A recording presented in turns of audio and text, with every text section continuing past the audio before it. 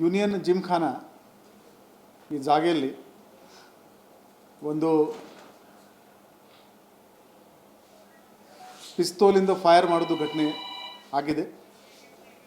ಈ ವಿಚಾರದಲ್ಲಿ camp police ಠಾಣೆಯಲ್ಲಿ 2 ಪ್ರಕರಣ ನಾವು ದಾಖಲು ಮಾಡಿದ್ದೀವಿ.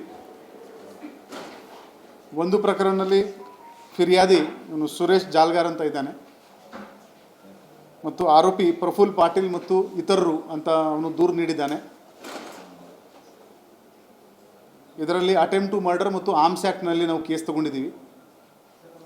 ಅದರ ಜೊತೆಗೆ ಅಲ್ಲಿಯ ಜಿಮ್ಖಾನಲ್ಲಿ ಇರೋ ಮ್ಯಾನೇಜರ್ ಕೂಡ ಈ ಜನ ಅಲ್ಲಿ ನಮ್ಮಲ್ಲಿ ಗಲಾಟೆ ಮಾಡಿದ್ದಾರೆ, ನಮ್ಮ ಪ್ರಾಪರ್ಟಿಗೆ ಡಿಸ್ಟ್ರಾಯ್ ಮಾಡಿದ್ದಾರೆ ಅಂತ ಅವರಿಂದ ಕೂಡ ಈ ಸುರೇಶ್ ಜಾಲ್ಗಾರ್, ರಾಜು ಕಡೋಲ್ಕರ್, ಇಮ್ರಾನ್ ಪಠಾನ್, ಕುಂದನ್ ಯಲ್ಲೂಲ್ಕರ್ ಇವರ ಮೇಲೆ ನಾವೊಂದು ಕೇಸ್ ತಗೊಂಡಿದ್ದೀವಿ. ಇದು ಪ್ರಾಪರ್ಟಿ ಏನಿದೆ ಇದು ಡಿಫೆನ್ಸ್ ಇಲಾಖೆದು ಪ್ರಾಪರ್ಟಿ. ಇದು ಲೀಸ್ನಲ್ಲಿ ಯೂನಿಯನ್ ಜಿಮ್ಖಾನಾಗೆ ಕೊಟ್ಟಿದ್ದಾರೆ. ಲೀಸ್ ಪೀರಿಯಡ್ ಮುಗಿದಿದೆ, ಆದರೂ ಕೂಡ ಇವರು ಆಪರೇಟ್ ಮಾಡ್ತಾ ಇದ್ದಾರೆ. ಅಲ್ಲಿ ಅವರಿಗೆ ಕ್ಲಬ್ ನಡೆಸಲಿಕ್ಕೆ ಕೂಡ ಪರ್ಮಿಷನ್ ಇಲ್ಲ, ಆದರೂ ಕೂಡ ಇದು ಮಾಡಿದ್ದಾರೆ. ಇದರ ಮೇಲೆ ನಾವು ಮುಂದಿನ ಕಾನೂನಿತ ಕ್ರಮ ತಗೊಳ್ತೀವಿ. ಹೋದ ವರ್ಷ ಜನವರಿ ತಿಂಗಳಲ್ಲಿ ಬೆಳಗಾವಿ ಗ್ರಾಮಾಂತರ ಲಿಮಿಟ್ನಲ್ಲಿ ಈ ಪ್ರಫುಲ್ ಪಾಟೀಲ್ ಮೇಲೆ ಒಂದು ಇದೇ ಥರ ಒಂದು ಹಲ್ಲೆ ಆಗಿತ್ತು. ಅದರಲ್ಲಿ ಇವನು ಸುರೇಶ್ ಜಾಲ್ಗಾರ್ ಇವನು ಆರೋಪಿ ಇದ್ದ. ಈ ಹಳೆ ವೈಮನಸ್ಸಿನಿಂದನೇ ಈ ಘಟನೆ ಆಗಿದೆ ಅಂತ ನಮ್ಮದು ಪ್ರಿಲಿಮಿನರಿ ಎಸ್ಟಿಮೇಟ್ ಇದೆ. ಈಗಾಗಲೇ 2 ಸ್ಪೆಷಲ್ ತಂಡ ಇವರಿಗೆ ದಸ್ತಗಿರಿ ಮಾಡಲು ನಾವು ರಚನೆ ಮಾಡಿದ್ದೀವಿ. ಹಾಗೂ ಇದರ ಜೊತೆಗೇ ಪೂರ್ತಿ ನಗರದಲ್ಲಿ ಎಷ್ಟು ಕಡೆ ಕ್ಲಬ್ ನಡ್ತಾ ಇದೆ, ಅವರು DC ಅವರು ಏನು ಪರ್ಮಿಷನ್ ಕೊಟ್ಟಿದ್ದಾರೆ ಕ್ಲಬ್ ನಡೆಸಲಿಕ್ಕೆ, ಅದರದ್ದು ಪಾಲನೆ ಆಗ್ತಾ ಇಲ್ಲ. ಇದರದ್ದು ಒಂದು ವಾರದೊಳಗಡೆ ಎಲ್ಲರದ್ದು ನಾವು ಪರಿಶೀಲನೆ ಮಾಡ್ತೀವಿ.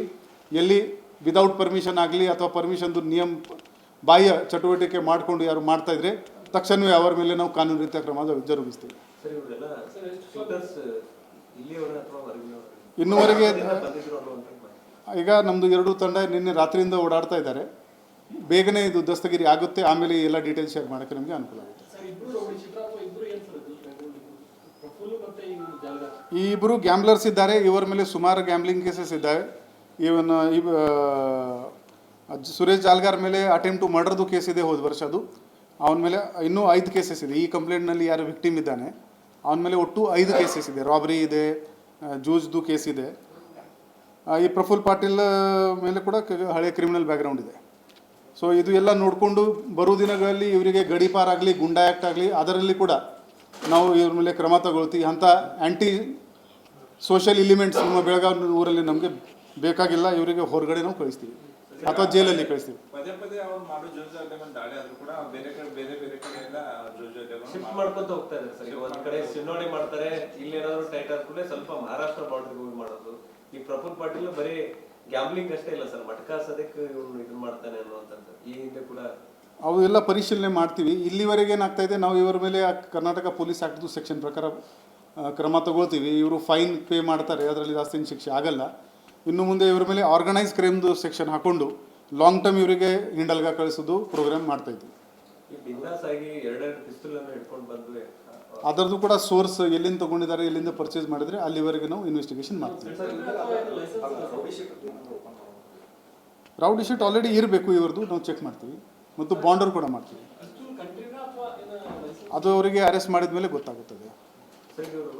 ಈ ರಾಜು ಕಡೋಲ್ಕರ್ ಆಗಿರ್ಬೋದು, ಪ್ರಫುಲ್ ಆಗಿರ್ಬೋದು, ಕೆಲವೊಂದಿಷ್ಟು ಈ ಎಲ್ಲೂರ ಕಡೆ ಭಯ್ಯ ಅಂತೇಳಿ ಒಬ್ಬ ಫೇಮಸ್ ಇದ್ದಾನೆ ಸರ್, ಅವನಾಗಿರ್ಬೋದು, ಇವರೆಲ್ಲರೂ ಕೂಡ ತಮ್ಮ ಏರಿಯಾ ಡಿವೈಡ್ ಮಾಡ್ಕೊಂಡು ಪ್ಲಾನ್ ಮಾಡ್ಕೊಂಡು ಗ್ಯಾಮ್ಲಿಂಗ್ ಆಡಿಸೋದು, ರಮ್ಮಿ ಅಂತೇಳಿ ಇದನ್ನ ಮಾಡ್ತಾರೆ, ಒಳಗಡೆ ಗ್ಯಾಮ್ಲಿಂಗ್ ಮಾಡಿಸ್ಕೊಳ್ಳೋದು, ಈ ತರ ಎಲ್ಲ ವ್ಯವಸ್ಥಿತವಾಗಿ ನಡೀತಾ ಇದೆ. ಸೊ ಆ ಠಾಣಾ ವ್ಯಾಪ್ತಿಯಲ್ಲಿ ಪೊಲೀಸರಿಗೆ ಗೊತ್ತಿದ್ರು ಕೂಡ ಕೆಲವೊಂದಿಷ್ಟು ಕಡೆ ಅವ್ರನ್ನ ಕಂಟ್ರೋಲ್ ಮಾಡಕ್ ಆಗ್ತಾ ಇಲ್ಲ ಅನ್ನುವಂಥದ್ದು. ಇಲ್ಲ, ಅದೇ ಹೇಳ್ತಾ ಇದ್ದೀನಿ. ಈಗ ನಾನು DC ಆಫೀಸಿಂದ ಲಿಸ್ಟ್ ತಗೊಳ್ತಾ ಇದ್ದೀನಿ. ಎಲ್ಲಿ ಕಡೆ ಪರ್ಮಿಷನ್ ಇದೆ ಅವರದ್ದು ಕೂಡ ಪರಿಶೀಲನೆ ಮಾಡ್ತೀವಿ. ಪರ್ಮಿಷನ್ ಇಲ್ಲ ಅದು ಪ್ರಶ್ನೆನೇ ಇಲ್ಲ. ಈಗ ಬರೋ ದಿನಗಳಲ್ಲಿ ಇದು ಎಲ್ಲ ಈ ಗ್ಯಾಮ್ಲಿಂಗ್ ಮಟ್ಕ ಏನಿದೆ ಆಲ್ರೆಡಿ ನಾವು ಹೋದ ವರ್ಷ ಎಷ್ಟು ಕೇಸ್ ಮಾಡಿದ್ದೀವಿ ಅದಕ್ಕಿಂತ ಜಾಸ್ತಿ ಕೇಸ್ ಆಲ್ರೆಡಿ ಬುಕ್ ಆಗಿದೆ. ಆದರೂ ಕೂಡ ಈ ಹೆಚ್ಚಿನ ಪ್ರಮಾಣದಲ್ಲಿ ಇವರ ಮೇಲೆ ಕ್ರಮ ತಗೊಳ್ಳೋದು ನಾವು ಶುರು ಮಾಡ್ತೀವಿ. SP ವ್ಯಾಪ್ತಿಯಲ್ಲಿರ್ತಕ್ಕಂಥ ಎಲ್ಲ ಏನು ಕ್ಲಬ್ಗಳಿವೆ ಸಂಪೂರ್ಣವಾಗಿ ಬಂದಾಗಿದೆ. ಅಂದರೆ ಬೆಳಗಾವಿ ನಗರದಲ್ಲಿ ಕೆಲವು ಕಡೆ ನಡೀತಾ ಇದೆ ಅನ್ನೋದು ಆರೋಪ ಇದೆ. ಏನಾದರೂ ಸೀರಿಯಸ್ ಆಗಿ ಎಲ್ಲ ನಾವು ಪರಿಶೀಲನೆ ಮಾಡ್ತೀವಿ, ಎಲ್ಲೆಲ್ಲಿ ವೈಲೇಷನ್ ಆಗಿದೆ ಅಲ್ಲಿ ನಾವು ಕೂಡ ಕ್ಲೋಸ್ ಮಾಡ್ತೀವಿ. ಸರ್, ಈಗ ಗ್ರಾಮೀಣ ಠಾಣಾ ವ್ಯಾಪ್ತಿ ಶಹಾಪುರ ಮತ್ತು ಕಾರ್ತಿ ಠಾಣಾ ವ್ಯಾಪ್ತಿಯಲ್ಲಿ ಹೆಚ್ಚಿನ ಪ್ರಮಾಣದಲ್ಲಿ ಇವರೆಲ್ಲ ಗ್ಯಾಮ್ಲಿಂಗ್ ಆಡಿಸೋದು ಮಾಡೋದು ಮಟ್ಕ ಜೋರ್ ಮಾಡ್ತಾ ಇದಾರೆ. ನೀವು ಕೂಡ ಕಾರ್ಯಾಚರಣೆ ಮಾಡ್ತಾ ಇದ್ರಿ.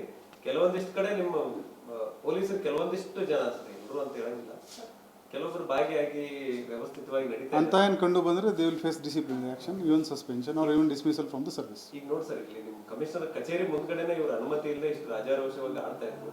ಯಾಕೆ ಸ್ಟೇಷನ್ ಅವ್ರಿಗೆ ಗೊತ್ತಿರ್ಲಿಲ್ವಾ ಹಿಂಗೆ ಸರ್? ಅದು ಎಲ್ಲ ಪರಿಶೀಲನೆ ನಾವು ಮಾಡ್ತೀವಿ. ಇಂಥ ಟೈಮಲ್ಲಿ ನಿಮ್ಮವ್ರಿಗೂ ಸ್ವಲ್ಪ ಏನಾದ್ರು ಗೊತ್ತಿದ್ದು ಸುಮ್ಮನೆ ಇದ್ರ ಅಥವಾ ಗೊತ್ತಿಲ್ಲದೆ ಇದ್ರೆ ಯಾಕೆ? ಅದು ನಾನು ಇಮಿಡಿಯೇಟ್ಲಿ ಈಗ ಎನ್ಕ್ವೈರಿ ಆರ್ಡರ್ ಮಾಡ್ತಾ ಇದ್ದೀನಿ. ಅದರಲ್ಲಿ ಯಾರು ಪಾತ್ರ ಕಂಡು ಬರುತ್ತೆ ಅವ್ರ ಮೇಲೆ ಶಿಸ್ತಿನ ಕ್ರಮ ಆಗುತ್ತೆ. ಪ್ರಫುಲ್ ಪಾಟೀಲ್ ಮೇಲೆ ನೀವು ಹಿಂದೆ ಹೇಳ್ದಂಗೆ ಅಟ್ಯಾಕ್ ಆಗಿತ್ತು ಸರ್.